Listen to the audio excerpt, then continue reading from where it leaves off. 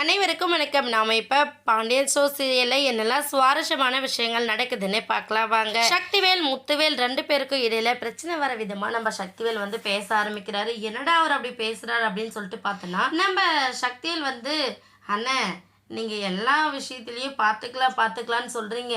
ஆனால் எனக்கு அதில் பெருசாக திருப்தியே இல்லை. குமார் ஜெயிலுக்கு போனதுக்கப்புறம் கூட நீங்கள் பார்த்துக்கலான்னு தான் சொல்லுவீங்களோன்னு எனக்கு ரொம்ப யோசனையாக இருக்குது அப்படின்னு சொல்கிறாரு.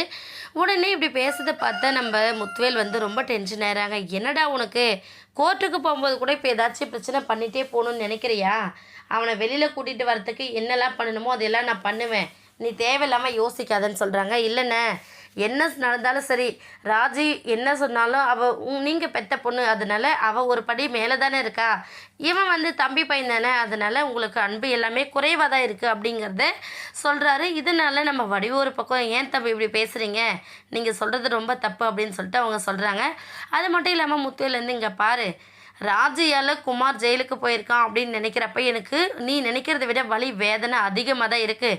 அதனால் அவனை வெளியில் கொண்டு வரதுக்கான எல்லா வேலையும் என்னால் பண்ண முடியும் அப்படின்னு சொல்லிட்டு அவர் ஒரு பக்கம் போயிடுறாங்க. இன்னொரு பக்கம் மாறி வந்து எல்லோரும் போனதுக்கப்புறம் அவங்க அத்தைக்கிட்ட வந்து ஃபீல் பண்ணுறாங்க. நாம தான் நம்ம பையன் திருந்தறதுக்கு ஒரு வாய்ப்பு கொடுக்க சொல்லிச்சுல்ல, அவங்க கேட்காம போய் கம்ப்ளைண்ட் கொடுத்ததுனால தானே என் பையனோட நிலைமை இப்படி இருக்குது.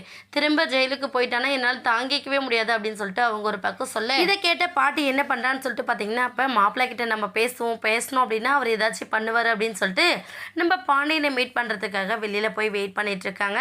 பாண்டியன் வந்ததுமே பாண்டியனோட வண்டியை நிப்பாட்டி, தம்பி நான் ஒன்று கேட்குற தப்பாக எடுத்துக்காதீங்க.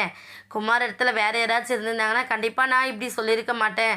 அவன் என் பேரனா போயிட்டான்ல, வீட்டில் இதனால் பெரிய பிரச்சனை ஓடிட்டே இருக்குது. குமார் மேலே கொடுத்த கம்ப்ளைண்ட்டை வாபஸ் வாங்கிக்கோ தம்பி அப்படின்னு சொல்கிறாங்க. ஆனால் நம்ம பாண்டியன் வந்து, அத்தை உங்களை வந்து நான் சின்ன பிள்ளையாக வேலைக்கு உங்ககிட்ட சேரும் வந்து பார்த்துட்ருக்கேன். நீங்கள் உங்கள் பிள்ளையாக தான் என்னை வளர்த்தீங்க. நான் இன்ன வரையும் என்னை பெற்ற தாயாக தான் உங்களை நினச்சிட்ருக்கேன். ஆனால் இந்த குமார் விஷயத்தில் நீங்கள் சொல்கிறத நான் மாற்றிக்க மாட்டேன் அத்தை. என் பிள்ளைக்கு எவ்வளோ பெரிய அநியாயம் பண்ணியிருக்கான் அவன், அதுக்கான தண்டனை வாங்கி கொடுக்கல நான்லாம் என்ன அத்தாப்பேன். அதனால் அவன் பண்ண தப்பு கண்டிப்பாக தண்டனை வாங்கி கொடுப்பேன். இந்த விஷயத்தில் நீங்கள் என்னை ஃபோர்ஸ் பண்ணாதீங்க அப்படின்னு சொல்லிட்டு அவர் ஒரு பக்கம் வீட்டுக்கு போகிறாரு. வீட்டில் போயிட்டு பார்த்தீங்கன்னா நம்ம கோமதி உட்காந்து ரொம்ப ஃபீல் பண்ணிகிட்ருக்காங்க. ஐயோ அரிசி கூட்டிகிட்டு எப்படி கோர்ட்டுக்கெலாம் போகிறது அப்படிங்கிற மாதிரி புலம்பிட்டு இருக்காங்க. அவங்க பசங்க தம்பின்னு எல்லாருமா சேர்ந்து நம்ம கோமதிக்கு வந்து ஆறுதல் சொல்கிறாங்க. கரெக்டாக பாண்டியன் போனது என்ன பண்ண, என்னாச்சு, ஏன் நீ வரலையா, சரி நீ வராது விட நானும் அரிசி போகிறோம் அப்படின்னு சொல்லிட்டு அரிசியை கூட்டிகிட்டு கிளம்ப பார்க்குறாங்க. ஆனால் நம்ம கோமதி வந்து இல்லை நானும் வரேன் பொறுங்க, யாருமே போக வேண்டாம் தான் நான் சொன்னேன், நீங்கள் மட்டும் போகிறதா இருந்தால் அப்புறம் நான் இங்கேருந்து என்ன பண்ண போகிறேன், நானும் வரேன் அப்படின்னு சொல்கிறாங்க. அது மட்டும் இல்லாமல் கதிர் வந்து ஒரு பக்கம் நானும் கூட வரேன், எப்படியும் நீங்கள் 3 பேர் வண்டியில் போக முடியாது, ஒரு கார் பேசியிருக்கேன் ஃப்ரெண்டுது, நான் ஒரு கார் டிரைவர் மாதிரி கூட வரேன் அப்படின்னு சொல்கிறாங்க. ஆனால் பாண்டியன் வந்து முதல்ல வேண்டான்னு சொல்கிறது. என்ன நீ வந்தால் கையை உடைப்பேன் காலை உடைப்பேன் தைய தக்கன்னு குதிப்பேன், அது நமக்கு சுத்தமாக பிடிக்காது அப்படின்னு சொல்கிறாரு. ராஜு ஒரு முறைச்சதுமே நம்ம கதிர் என்ன பண்ணனா, இல்லை நான் ரொம்ப சைலண்ட்டாக தான் இருப்பேன் வரேன் அப்படின்னு சொல்லிட்டு எல்லாருமா சேர்ந்து கிளம்ப போகிறாங்க. போகிற இடத்துல என்ன மாதிரி தீர்ப்பு வரும் அப்படிங்கிற பெரிய யோசனையில் எல்லோரும் இருக்காங்க.